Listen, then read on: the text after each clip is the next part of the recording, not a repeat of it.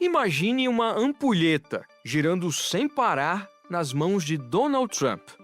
O tempo de resposta a que o presidente dos Estados Unidos submete o mundo é um desafio para empresas, governos, diplomatas, um teste de timing das negociações. Nós entendemos que essa semana não é o ponto de chegada, né? É o ponto de partida. Na nossa opinião, houve sensibilidade para algumas considerações que nós já havíamos feito mais de uma vez, de que isso não ia só afetar o trabalhador brasileiro, ia afetar o consumidor americano. O ponto de partida a que o ministro da Fazenda, Fernando Haddad, se refere é a tentativa de aparar as arestas com os Estados Unidos sobre o vai e vem do tarifaço de Trump. Mas nós estamos longe do ponto de chegada. Um objetivo claro é salvaguardar empresas e empregos no Brasil em um cenário ainda sensível. No atual estágio da guerra comercial de Trump, só o Brasil está encarando 50% de sobretaxa.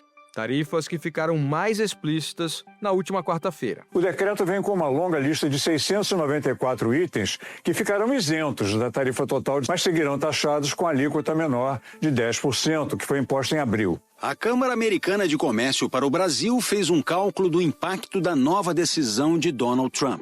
Segundo a Anshan, num comércio de 42 bilhões de dólares, no ano passado, as exceções somaram 18 bilhões, 43% do total. Para o secretário do Tesouro do Brasil, Rogério Ceron, o cenário futuro é, abre aspas, mais benigno.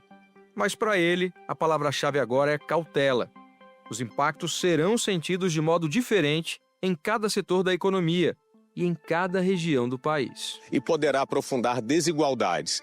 É o que mostra um estudo da Fundação Getúlio Vargas. Esse impacto vai depender, por exemplo, do quanto as exportações para os Estados Unidos representam para a economia de cada estado, o tipo de bem que é exportado e até mesmo o nível de qualificação da mão de obra. O vice-presidente e ministro do Desenvolvimento, Indústria, Comércio e Serviços, Geraldo Alckmin, diz que mais de um terço das exportações brasileiras sentirá o baque imposto por Trump.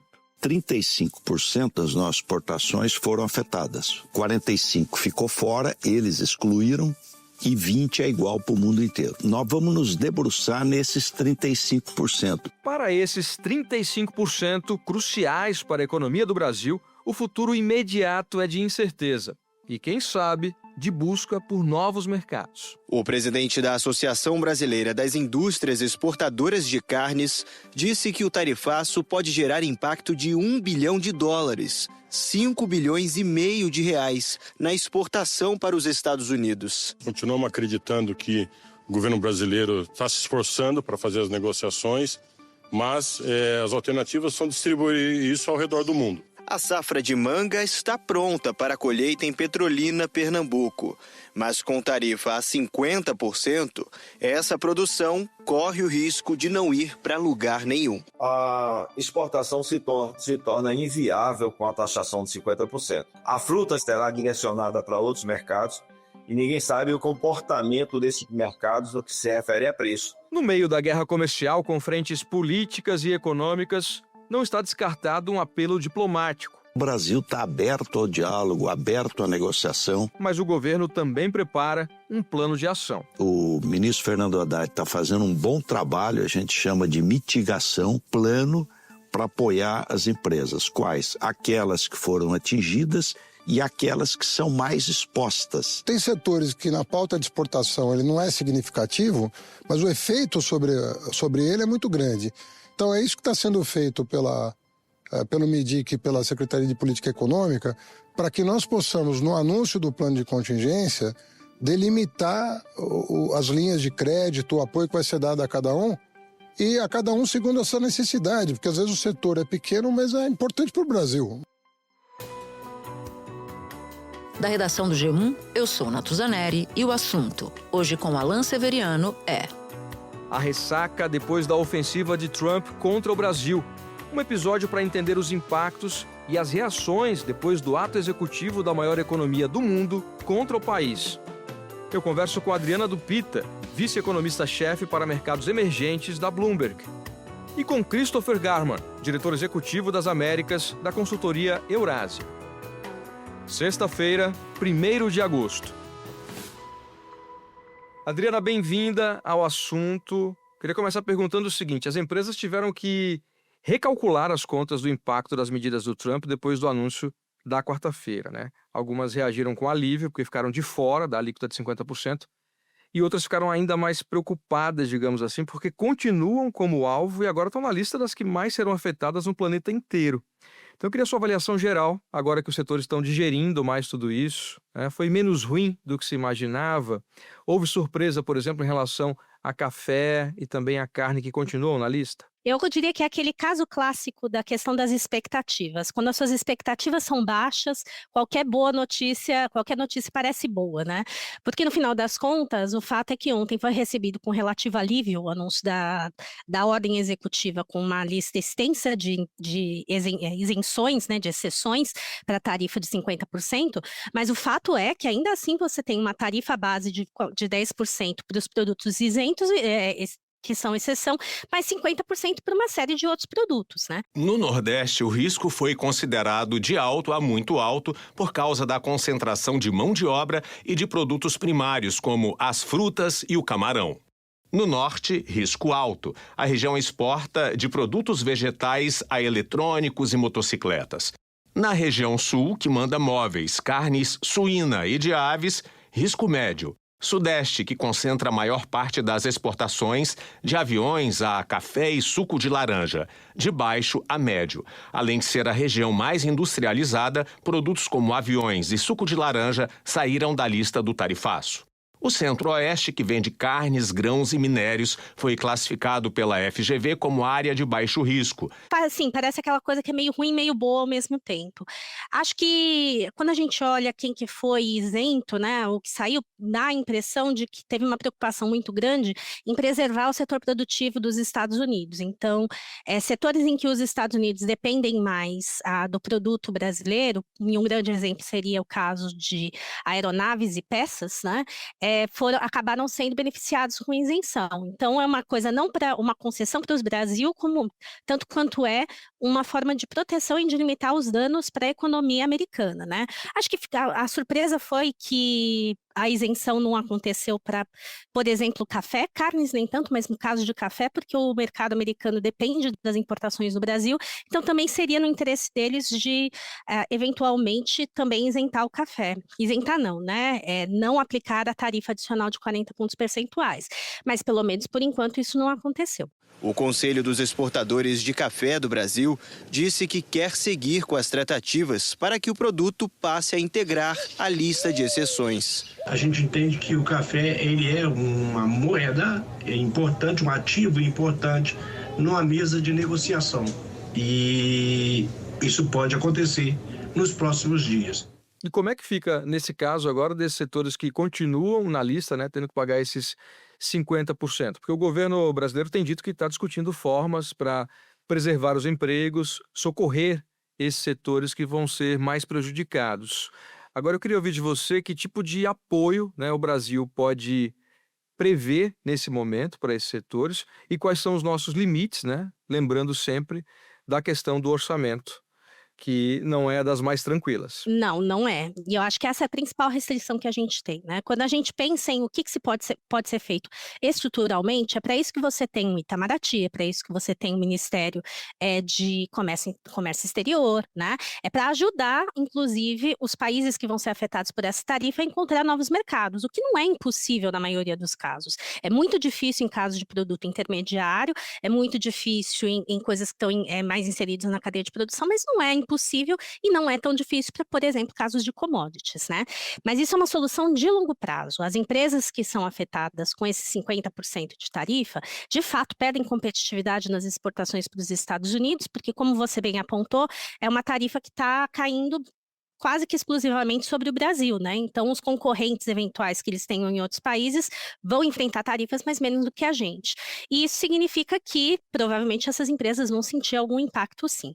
Mas, como você bem apontou, o drama para o governo é que ele não tem muito espaço para poder ajudar as empresas. Os dois jeitos mais clássicos de você ajudar as empresas são coisas que têm a ver com política fiscal, ou seja, você vai dar subsídio, ou você vai dar algum fundo, algum empréstimo, postergar pagamento de imposto, coisas do gênero, e do outro lado você tem a possibilidade de fazer políticas de fundo monetário, por exemplo, cortar os juros na economia. E tanto para uma coisa quanto para outra, o espaço que o Brasil tem para fazer qualquer política de acomodação, ele é muito limitado. Primeiro, a gente quer o menor impacto fiscal possível.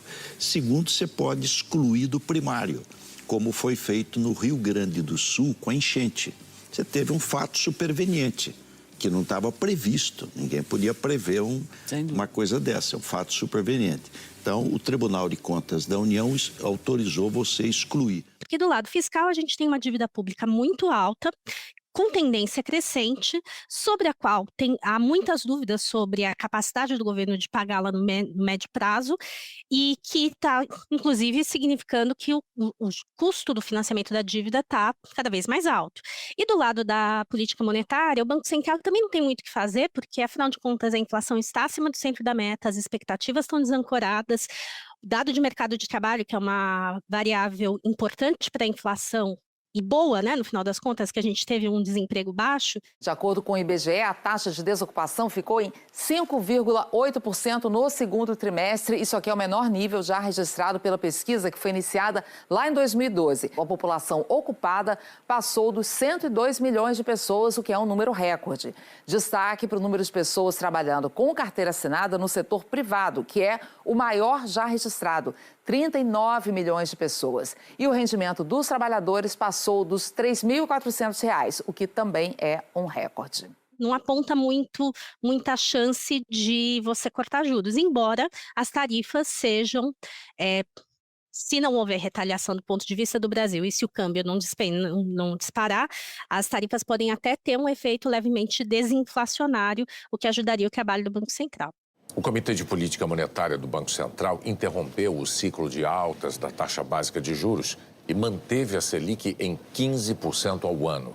A decisão foi unânime. O Copom afirmou que o ambiente externo está mais adverso por causa das políticas comerciais e fiscais dos Estados Unidos e que a inflação continua acima da meta. O comitê sinalizou também que a Selic deve permanecer no nível atual por um período prolongado e que, se necessário, pode voltar a subir os juros. Estamos agora no comecinho de agosto, faltam exatamente 5 meses, né, para o fim do ano. E olhando agora para o fim do ano, o Goldman Sachs, por exemplo, estima um impacto negativo de 0,15 ponto percentual no PIB brasileiro, né, agora em 2025. Mas diz ainda que não vai mudar a projeção de crescimento do país, que para o banco está em 2,3% esse ano. Qual é a sua previsão sobre os efeitos do tarifaço e o desempenho da economia brasileira agora em 2025? A gente já tinha uma projeção um pouco mais conservadora do que o resto do mercado. A minha projeção para crescimento esse ano é de 1,8% e de 0,9% no ano que vem. Então, já é uma projeção que comporta algum impacto do efeito das medidas de tarifas via efeito direto ou efeito via expectativa, confiança, esse tipo de coisa. Então, por hora, não tenho intenção de mudar a projeção, não, né? Mas, quando a gente faz uma análise de mais longo prazo, com a tarifa no nível dos 50%, sem a lista de isenção que foi anunciada ontem, a gente tinha estimado um impacto potencial máximo de até 1% no nível do PIB daqui a 5 anos, né? Então, esse, portanto, é um impacto de médio prazo. Não é que o crescimento vai ser menor em 1%, mas que a economia, ao final de 5 anos, ficaria 1% menor do que sem as tarifas. Com as isenções, o impacto provavelmente é menor. E aí eu acho que vale a pena mencionar que o motivo pelo qual essa tarifa muito agressiva ainda assim não causa, né, um impacto gigantesco na economia, tem a ver com uma coisa que tem uma virtude e tem um problema do Brasil. A virtude é que a nossa pauta de exportações é diversificada o suficiente para a gente não depender dos Estados Unidos, que nos coloca em contraste, por exemplo, com as economias de alguns dos vizinhos, que dependem muito, por exemplo, o México, né? Não é tão vizinho, né? Mas aqui na América Latina depende muito da economia americana. Isso é a virtude. Agora, o nosso problema é que não está doendo tanto, porque é uma economia fechada, né? Quando você combina as duas coisas, o tamanho das exportações para os Estados Unidos representa só 2,2% do PIB. Por isso que você precisaria que elas desaparecessem para você ter, né, não ter nenhum comércio com os Estados Unidos para que você tenha um impacto muito significativo na economia. Agora, é ruim de qualquer jeito, tá? Mesmo com a economia fechada, o simples fato de que a gente está nesse ambiente de incertezas significa que a gente tem menos investimento, o mundo inteiro cresce menos por conta desse contexto de tarifas, e aí não é só o Brasil. Ou seja, num cenário mais macro, a gente pode ter um efeito mais diluído, né, do impacto, mas para alguns setores o impacto é forte. Por exemplo, madeira, por exemplo, a gente tem visto esses dias já interrompendo as exportações para os Estados Unidos por causa dessa dificuldade de previsibilidade em relação à tarifa que eles vão pagar. Eu queria entender de você quais são as oportunidades, então, para o Brasil a partir de agora. Que mercados a gente pode explorar mais? Né? Onde é que está esse mercado potencial? Está mais perto da gente, aqui na América Latina, nos nossos vizinhos, no México, por exemplo, na Argentina, cujas importações do Brasil aumentaram, inclusive, recentemente, né? Sim, aumentaram bastante, né? Eu gosto sempre de achar que tem sempre um lado bom em qualquer coisa, embora essa história da guerra comercial seja um perde-perde generalizado, né? Mas se existe um lado bom, talvez levar o governo brasileiro, ou o Estado brasileiro, tá? Porque não é uma coisa deste governo, é uma coisa que é meio tendência ao longo das últimas décadas, que o Estado precisa acordar para fazer mais acordos comerciais, para tentar abrir mais a economia, né? E talvez justamente porque eles não podem depender tanto dos Estados Unidos como um mercado, ou talvez por eles entenderem que quando você depende muito de um mercado, você fica muito vulnerável a esse tipo de ação, talvez exista um esforço para buscar outros acordos comerciais. O mais óbvio seria acelerar o acordo com o Mercosul, né? Do Mercosul com a União Europeia. Seria bom, inclusive, para escoar com mais facilidade algumas das commodities, né, da produção agrícola, que está sendo barrada pela tarifa do Trump, né? Mas isso daí é muito complexo, depende de Brasil, do resto dos países do Mercosul e depende de chegar num consenso para ratificar na União Europeia. O acordo Mercosul-União Europeia vem sendo negociado há mais de 20 anos, está em vias aí de ser assinado, mas com esse atropelo aí do Trump nesse processo, pode ser que muitos dos ganhos eles sejam esvaziados. Então, enquanto isso, que o Brasil tem que tentar fazer e ir buscando os outros países. Aí você mencionou o México, eu acho que é uma das possibilidades. Brasil e Argentina, teve esse aumento de exportações para a Argentina em grande medida porque a economia começou a se recuperar a partir de metade do ano e porque a taxa de câmbio deles está muito forte, então está muito barato importar, né? Mas talvez o diálogo seja um pouco mais complicado por conta do momento político nos dois países, né? Dessa sincronia de ciclo político. Mas eu acho que tem que explorar mais a América Latina, tem que explorar mais a África, precisa explorar parceiros que a gente tem alguma possibilidade de conseguir um acordo. Agora, eu acho que tudo isso, se acontecer, vai acontecer nos bastidores. Eu não acho que esse é um momento em que vai todo mundo ficar gritando que está fechando acordos bilaterais com outros países. Queria entender um pouquinho da situação da União Europeia. O fato da União Europeia ter fechado um acordo com Trump não dificulta a negociação agora final com o Mercosul, na medida em que muitos setores, né, e muitos países da própria União Europeia ficaram descontentes com o acordo fechado com os Estados Unidos? Sim, acho que fecha um pouco tempo para fazer essas negociações. O tema comercial acaba sendo um tema que não vai ser muito bem visto, né?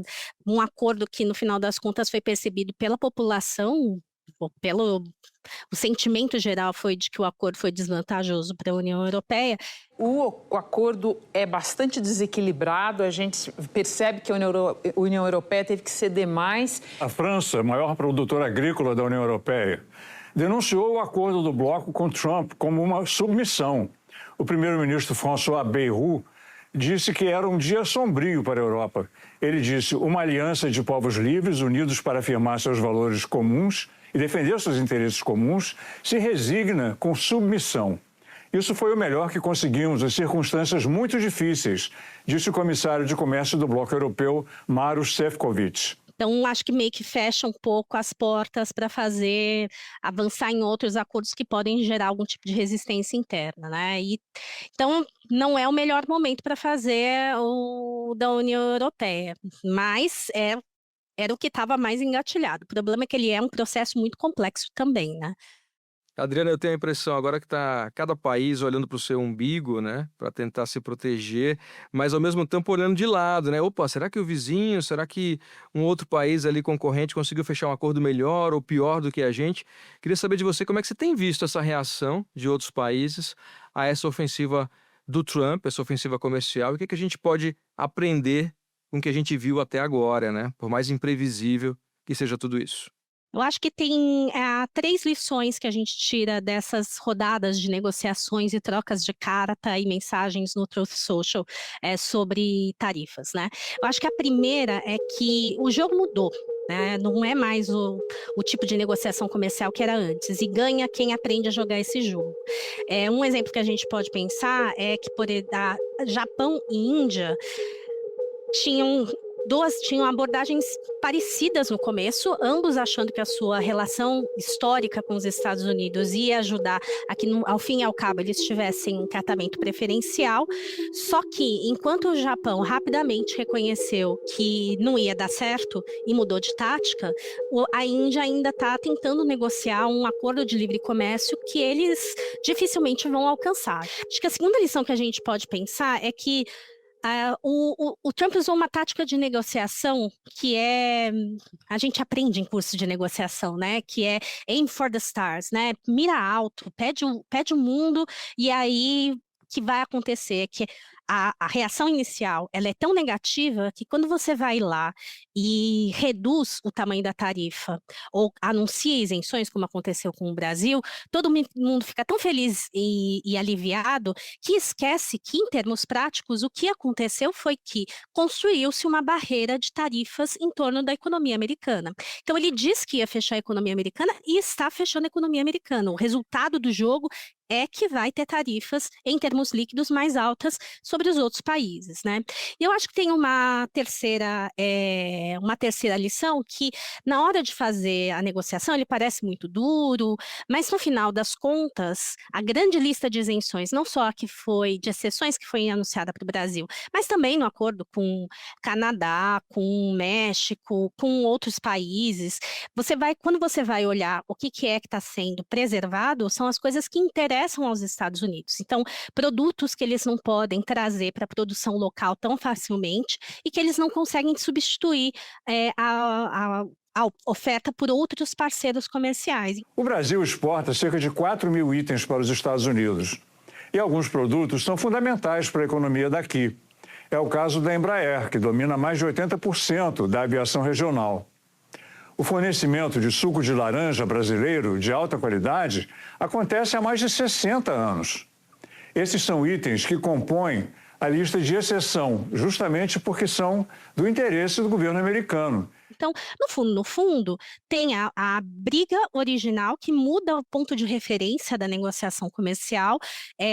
O resultado final é mais tarifa, mas sem arriscar, por exemplo, as cadeias de suprimento da economia americana, né? Então, não é uma estratégia suicida desse ponto de vista. Adriana, brigadíssimo pela sua participação aqui com a gente no assunto. Volte em outras oportunidades, tá? Foi um prazer, muito obrigada e até a próxima. Espera um pouquinho que eu já volto para falar com Christopher Garman. Christopher Garman, obrigado pela sua participação com a gente aqui no assunto. Queria começar pelo seguinte: dias atrás, muitos analistas davam como certo, né, esse cenário geral de 50% de tarifas. E em que medida esse recuo dos Estados Unidos em quase 700 itens te surpreendeu? O que é que ele diz sobre as reais intenções e também sobre as limitações do Donald Trump? Eu acho que aconteceu não foi um recuo de estratégia do governo Trump como um todo. Eu acho que o que aconteceu é que houve uma atuação do setor privado americano mais impactado com exportações e produtos brasileiros, atuando conjuntamente com os exportadores brasileiros para tentar convencer o Departamento de Comércio e o USTR sobre a necessidade de exclusão por razões econômicas nacionais americanas. Então, algo que eu achava que iria acontecer ao longo de meses, aconteceu de uma forma mais rápida. Talvez uma explicação ou não é que a gritaria e a pressão do setor americano doméstico foi mais alto precisamente porque as tarifas foram mais proibitivas. Então, quando a gente olha, a lista de exceções no Brasil foi mais elevada do que a lista de exceções de outros países. Mas acho que foi também pela razão que as tarifas foram mais elevadas. Então, eu acho que isso ocorre do lado da tarifa comercial, mas do lado político ainda existe um plano de expandir o número e a aplicabilidade de sanções para o Brasil, dado os temas que foram colocados na carta do presidente Trump ao presidente Lula. Então, pegando esse gancho, eu queria falar sobre essa escalada da ofensiva política que a gente viu por parte do governo Trump, fortíssima, né? Essa escalada em cima do Brasil. Eu sei que você pensa que esse jogo aí não terminou. Por que você acredita que essa escalada política pode piorar e como isso deve se dar, na sua opinião? Nós temos um governo Trump, um presidente Trump, que eu venho defendendo, que se identifica com o drama do ex-presidente Jair Bolsonaro. Se tem dois países onde a política de um espelha a política do outro, é o Brasil e os Estados Unidos. Então, o presidente Trump passou por um período que ele acredita que foi perseguição política de ações judiciais nos Estados Unidos. Ele passou por o que ele acredita foi medidas de censura das empresas de mídias sociais quando ele foi banido do Twitter. E ele foi acusado de ser um movimento e uma ameaça à democracia pelos democratas. E ele acredita que a real ameaça à democracia de fato está no establishment republicano cerceando o direito de expressão individual. Então, quando você vê a pauta da direita no Brasil, o presidente Trump se identifica com essa pauta porque ele acredita que ele viveu exatamente isso nos Estados Unidos. E temos um governo também que está focado na agenda de liberdade de expressão digital. Então, é um governo que também está focado em países que regulam as mídias sociais, e tem um grupo do Departamento de Estado olhando esses países. Parece que tem a ver diretamente com sendo porta-voz de Big Techs. As queixas que a gente tem visto ultimamente, desde que o Supremo Tribunal Federal começou a ter uma campanha mais dura, assertiva em relação a, exatamente, desinformação, fake news, compartilhamento de discurso de ódio e tudo mais, e que isso atingiu contas em redes de propriedade de empresas americanas, isso irritou profundamente essas empresas. E então eu acredito que a combinação do presidente Trump se identificando com o drama da direita, especificamente com o ex-presidente Jair Bolsonaro, casado com regulação das redes, que são temas que são difíceis de solucionar, e a aplicação da lei Magnitsky contra o ministro Alexandre de Moraes, acredito eu que é o primeiro passo de outros que estão por vir, se não vier alívio nessas duas causas no lado do Brasil, que são muito difíceis e são quase inegociáveis do lado brasileiro. Então, é provável que podemos vislumbrar a extensão da aplicação da lei Magnitsky para outros ministros do Supremo, e também tem um roteirinho de medidas que podem se estender além da Suprema Corte. Revogação de visto para membros do governo Lula pode estar em jogo, e outros itens. Após o ministro Moraes e o foco no Supremo, a família Bolsonaro está mirando ameaças e pressão à cúpula do Congresso por anistia ao ex-presidente. Então, quando você conversa com integrantes da família Bolsonaro, com quem está lá nos Estados Unidos, eles falam isso. O Congresso precisa aprovar a anistia ao ex-presidente Bolsonaro. A articulação deles agora é pressionar Hugo Mota e Davi Alcolumbre. Na sexta-feira, a gente viu o Eduardo Bolsonaro deixando isso claríssimo numa publicação nas redes sociais, que eles podem ser os próximos alvos de sanção. Por isso que eu digo que o dia dessa semana foi um bom dia para o Brasil, porque veio medidas menos duras, mas ainda não estamos fora do perigo, de uma relação bilateral se escalando. Muito se fala em medidas atabalhoadas, tomadas pelo governo Trump, não só em relação ao Brasil, mas como em relação a outros países do mundo. Agora você vê uma estratégia nessa adoção de medidas paulatinamente contra o Brasil, como se diz que pode continuar acontecendo ainda? Eu diria que você tem uma visão no governo Trump que enxerga, e uma ala do governo Trump, e um movimento MAGA em torno do presidente, que acredita que o Brasil vive num regime de censura e de exceção do lado que está ameaçando a democracia. E na verdade, é um governo que está lutando contra a regulação de empresas de tecnologia. Então, eu acho que, evidentemente, o lado que o Brasil, a sua política externa, né, seja do lado do caso palestino, seja do lado do Irã, seja do lado da Rússia, e também proximidade com a China, tudo isso os agravam, né? E, evidentemente, né, as falas do presidente Lula sobre, né, reduzir a dependência do dólar pegou para o presidente Trump. O mundo precisa encontrar um jeito de que a nossa relação comercial não precise passar pelo dólar.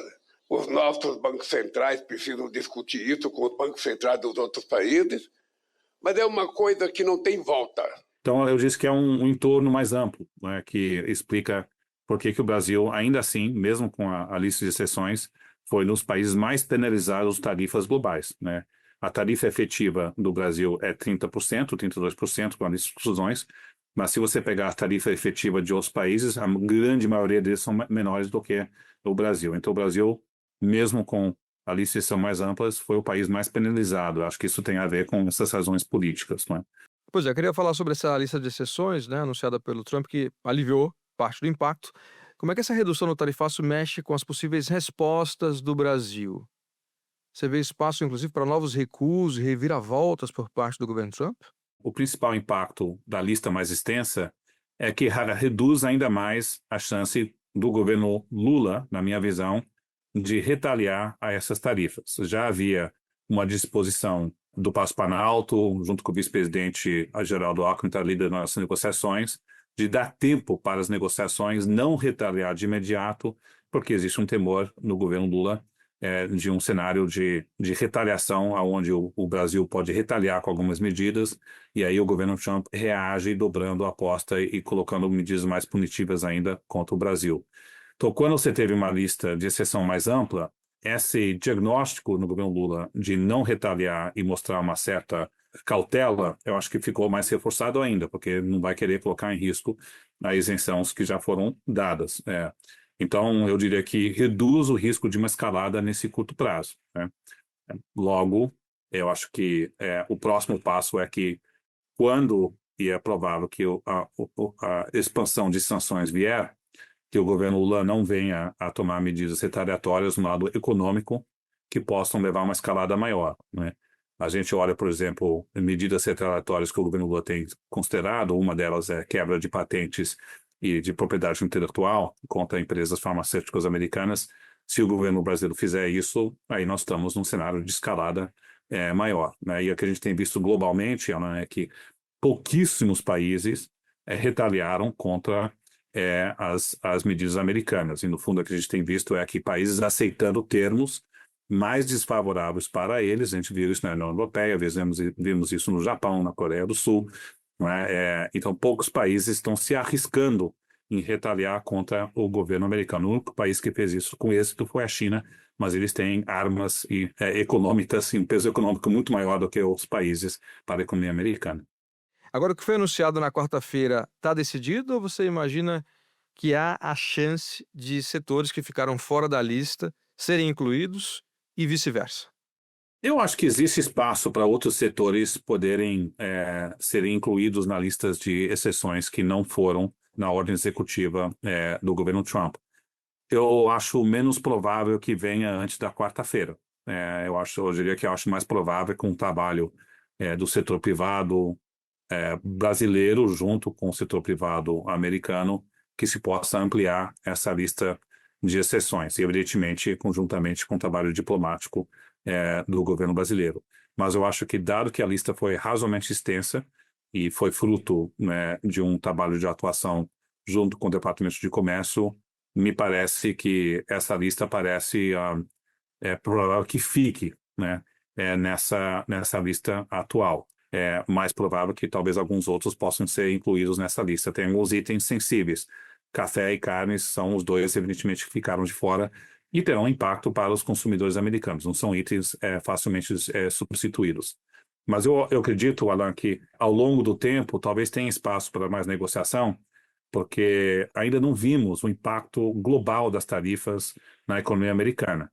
Houve um estoque acumulado de produtos, então vários economistas estão projetando que talvez nesses próximos meses, chegando no final do segundo semestre, inflação possa começar a surtir seu efeito com as medidas tarifárias e também com deportações de imigrantes legais aumentando. Então, se o governo Trump começar a sofrer com um impacto inflacionário um pouco maior, dado a sua regime de tarifas, talvez isso abra espaço para empresas brasileiras, né, fazerem os argumentos que deveriam ser incluídos nessa lista de exceções. Então, acho que tem espaço, sim, para atuar. Então, o teu raciocínio é que a melhor coisa para o Brasil é jogar com o tempo, né? Porque essas tarifas elas podem ter impacto na inflação dos Estados Unidos e aí os consumidores americanos pressionados, né? Eles pressionariam o governo. Agora, eu queria saber que peso esses produtos brasileiros que continuam com essa taxação mais pesada de 50%, como café e carne, ele poderia ter na inflação americana propriamente dita. Se a gente olha, não é, a soma de importações de café, 30% da importação de café vem do Brasil e não tem outros países que podem substituir tão cedo. Então, assim, o preço para um café nos Estados Unidos pode subir um pouco, sim, né? O mesmo pode ser dito com carne. Esses são itens sensíveis para os consumidores, então talvez possa se fazer um argumento nesse sentido. Mas eu diria, para a sua resposta, né, a resposta é sim. Acho que o Brasil tem que jogar com o tempo, eu diria que tem que ter uma combinação de sangue frio para não retaliar do lado econômico, com sanções que devem ser ampliadas, dado a questão digital de um lado e o julgamento do Bolsonaro do outro.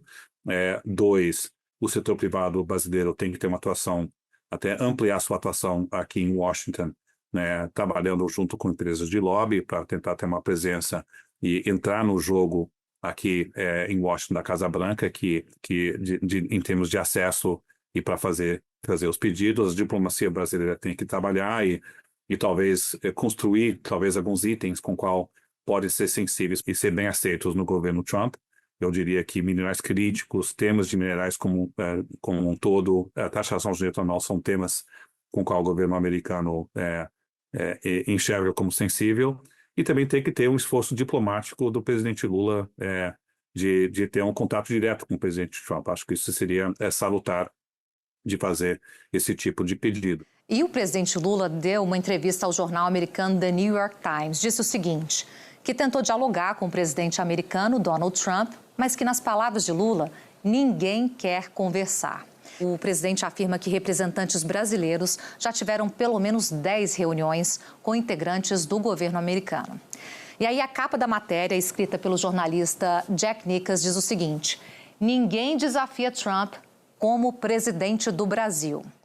Garman, para encerrar, eu queria arrematar justamente com essa questão política, né? Saber como o tarifaço do Trump tende a se refletir nas eleições de 2026 aqui no Brasil. Qual o apetite do Trump diante da eleição aqui, até onde ele pode ir para fazer valer a vontade dele no Brasil? Na sua opinião, essa ofensiva dos Estados Unidos já configura uma tentativa de interferência? Tem clara alas do governo Trump que tem um objetivo final de influenciar a eleição e facilitar uma vitória da oposição ou alguém da família Bolsonaro, e, no caso remotíssimo, o próprio Bolsonaro concorrer, que parece carta fora do baralho, né, por razões evidentes, domesticamente no Brasil. Mas eu diria que o efeito que nós estamos vendo é o efeito contrário, né?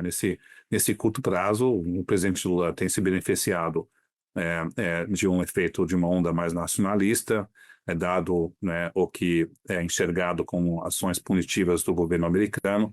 Então, a aprovação dele já subiu entre 3 a 5 pontos percentuais, de acordo com vários institutos. Isso é um fenômeno que a gente já viu globalmente. Em vários países, a aprovação de seus governantes subiram quando você teve medidas punitivas do governo americano. Isso aconteceu no México, aconteceu no Canadá, aconteceu em vários países na Europa e está acontecendo agora no Brasil.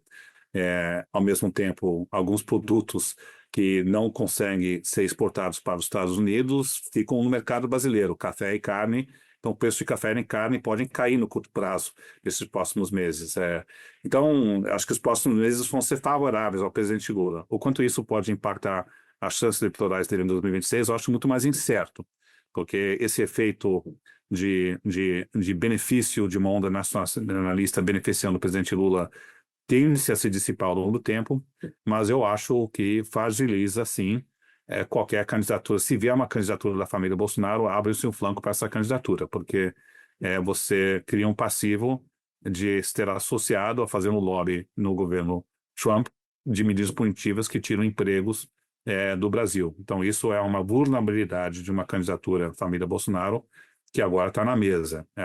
Não sei se chega ao ponto de aumentar muito a probabilidade do Lula ganhar, mas a chance do governo Trump aumentar a chance da oposição, eu vejo isso menos provável do que a situação inversa, né? Para você realmente impactar 2026 do lado econômico, teria que ter uma escalada de medidas econômicas mais duras, porque se ficar só com 50%, né, o impacto macroeconômico tende a ser modesto. Garman, obrigado pela sua participação aqui no assunto. Até um próximo encontro. Muito obrigado. O prazer foi todo meu participar. Este foi o Assunto, podcast diário disponível no G1, no YouTube ou na sua plataforma de áudio preferida. Comigo na equipe do Assunto estão Mônica Mariotti, Amanda Polato, Sara Rezende, Luiz Felipe Silva, Thiago Kazuroski e Carlos Catelan. Eu sou Alan Severiano e fico por aqui. Até o próximo assunto.